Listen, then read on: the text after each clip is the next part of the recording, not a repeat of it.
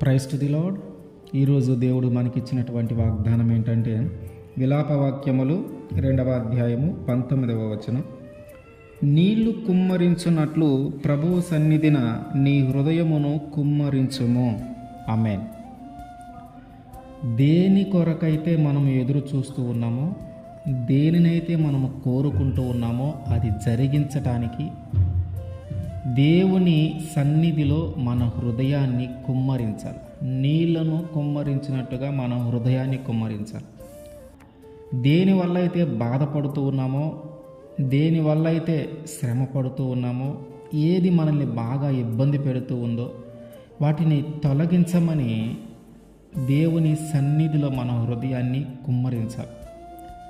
ఎప్పుడైతే మన హృదయమును దేవుని సన్నిధిలో నీళ్ళ వలె కుమ్మరిస్తామో, మన బాధనంతా ఆయనకి తెలియజేస్తామో, ఆయన ఖచ్చితంగా మన బాధను విని మన జీవితంలో ఆ బాధ కలగటానికి కారణమైన దానిని ఆయన ఖచ్చితంగా తీసివేస్తాడు. మనము గమనిస్తే హన్నా దేవుని సన్నిధిలో తన హృదయాన్ని కుమ్మరించింది.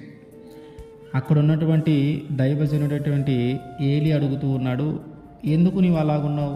మత్తురాలవైనట్టున్నావు, ద్రాక్షారసం ఏమైనా తాగావా అని అడుగుతూ ఉన్నాడు. ఎందుకంటే ఆమె అంతగా దుఃఖపడుతుంది. ఒక నోరు కదులుతూ ఉంది, కానీ ప్రార్థన చేస్తున్నప్పుడు నోరు మాత్రం కదులుతుంది, కానీ శబ్దం సరిగా బయటికి రావటల్లా. అంటే తన పూర్ణ హృదయముతో, పూర్ణ ఆత్మతో ఆమె పడుతున్న బాధను గురించి, ఆమెకున్న ఏడుపును గురించి, ఆమెకున్న వేదన గురించి దేవుని సన్నిధిలో వివరించి మాట్లాడుతూ ఉన్నది. తన హృదయంలో ఉన్న బాధనంతా దేవుడికి తెలియజేస్తుంది. ఒక నీళ్లను ఒక దాంట్లో నుంచి కుమ్మరిస్తే ఎట్లాగైతే పడిపోతాయో కింద, అట్లా తన హృదయాన్ని దేవుని సన్నిధిలో కుమ్మరిస్తూ ఉంది.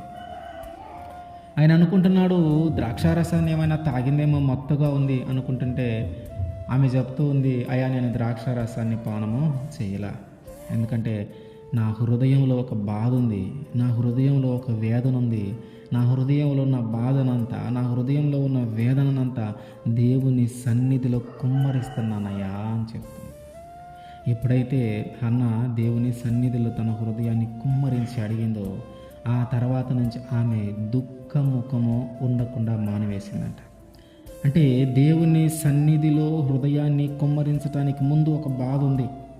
చాలాసార్లు ప్రార్థన చేసింది ఏమని, కానీ ఎప్పుడు కూడా తన దుఃఖము పోయినంత విధముగా, తన దుఃఖము తన హృదయంలో నుంచి తొలగిపోయినంత ఒక ఈజీగా ఎప్పుడు అనిపించలే ఆమెకి. దుఃఖము తొలగిపోయింది అని తనకి ఎప్పుడు అనిపించలే.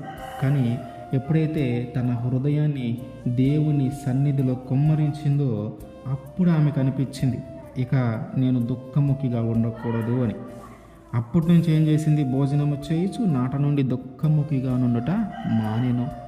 అంటే మనకి బాధ కలుగుతూ ఉంది, మనకి వేదన కలుగుతూ ఉంది, కానీ ఏదో కొద్దిపాటి ప్రార్థన చేస్తూ ఉన్నాం, ఏదో దేవుణ్ణి అడుగుతూ ఉన్నాం, కానీ మన పూర్ణ హృదయముతో, మన పూర్ణ ఆత్మతో మన హృదయాన్ని కానీ దేవుని సన్నిధిలో కుమ్మరిస్తే అప్పుడు మనకు ధైర్యం వస్తుంది. అప్పుడు మనకు అనిపిస్తుంది ఈ బాధ ఇంకా నాలోంచి తొలగిపోతుంది అని.